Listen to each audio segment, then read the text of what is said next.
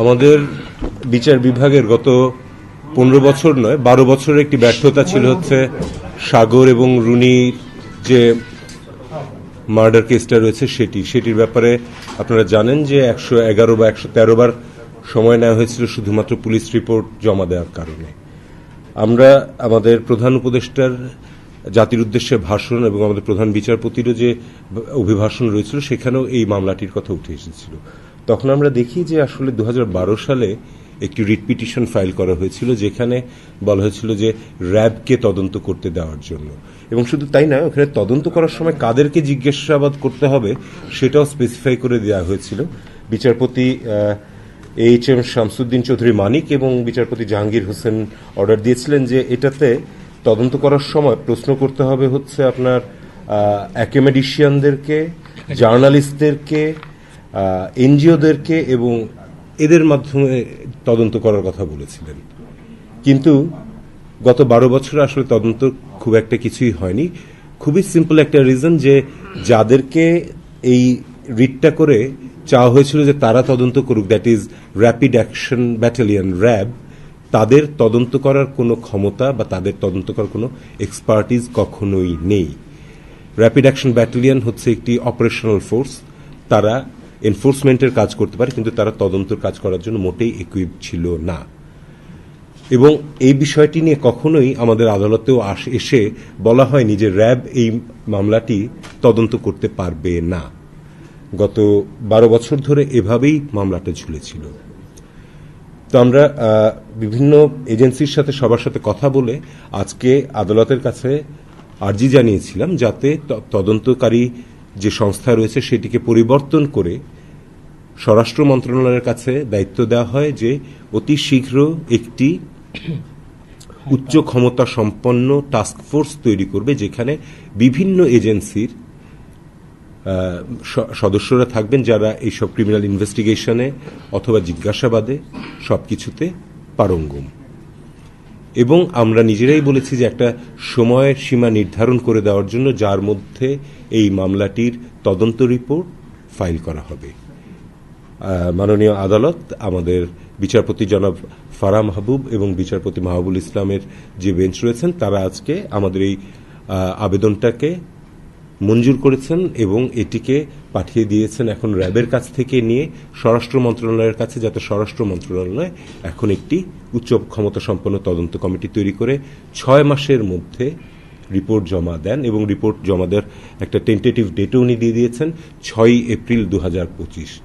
আমরা আশা করব এবং আমাদের বিশ্বাস রয়েছে যে এই দীর্ঘ সময় ধরে যে মামলাটি তদন্তাধীন অবস্থায় ছিল এই নির্দিষ্ট সময়ের মধ্যে আমাদের এই বর্তমান সরকারের যেটি প্লেজ রয়েছে আমরা এই তদন্ত শেষ করে একটি প্রতিবেদন জমা দিতে পারবো, তদন্ত প্রতিবেদন। আপনার কি মনে হয় মামলাটি এই 12 বছর ঝুলিয়ে রাখা হয়েছিল কোনো অসৎ উদ্দেশ্যে? অবশ্যই। এটা একটু বলেন।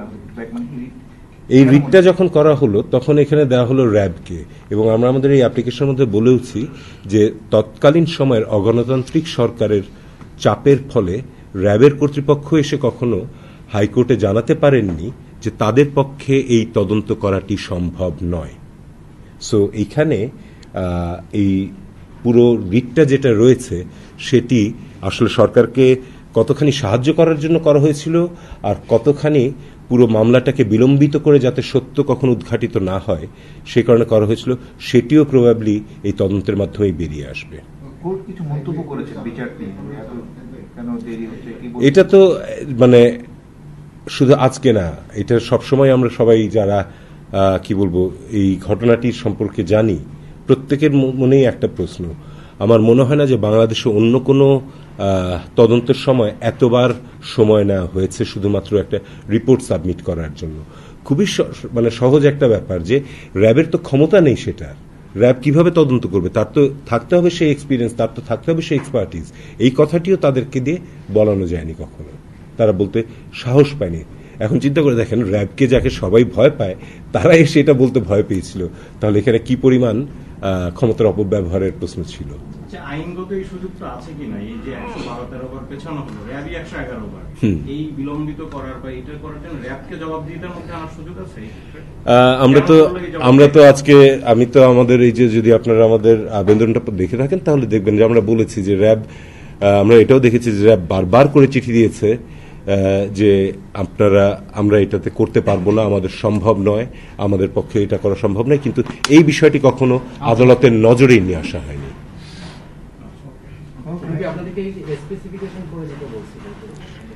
কোনটা? ওটা দিয়ে দিচ্ছি যে হোম মিনিস্ট্রিকে, স্বরাষ্ট্র মন্ত্রণালয়কে দিবে, ওটা লিখে দেবে, স্বরাষ্ট্র মন্ত্রণালয় থেকে ফর্ম শুনবে। জি, আপনি এই যে নতুন করে ন্যায় বিচার দেখতে চান, স্বরাষ্ট্র মন্ত্রণালয়ের কেউ আইনের ঊর্ধ্বে না। এখন কি আপনার কাছে মনে হয় যে 6 মাসের ভিতরে আপনারা এই মূল ফ্যাক্টসটা তুলে ধরতে পারবেন বা আমরা আশা করছি? বিষয়টি হচ্ছে যে এই একটি মানে এই আবেদন করার আগে আমরা যারা যারা রয়েছে, যা এতদিন পর্যন্ত যা যা কি বলবো আপনার এভিডেন্স বা যা পাওয়া গিয়েছে সবকিছু পর্যালোচনা করেই আমরা এই আবেদনটি করেছি।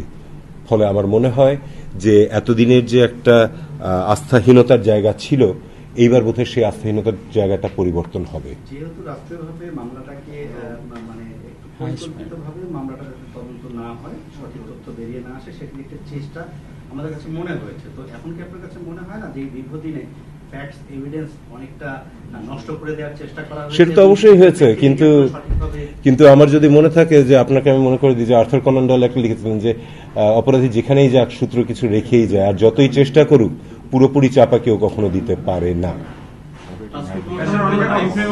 হ্যাঁ, আমাকে 6 মাসের মধ্যে প্রতিবেদন দিতে হবে আমাদেরকে। সো টাস্ক ফোর্স করতে যদি আমি 6 মাস নিই তাহলে তো আর আমার সেই প্রতিবেদন হবে না। এখানে আগামীকালকেই হয়তো হয়ে যাবে, অর্ডারটি যাওয়ার সাথে সাথেই এই জিনিসটি তৈরি হয়ে যাবে।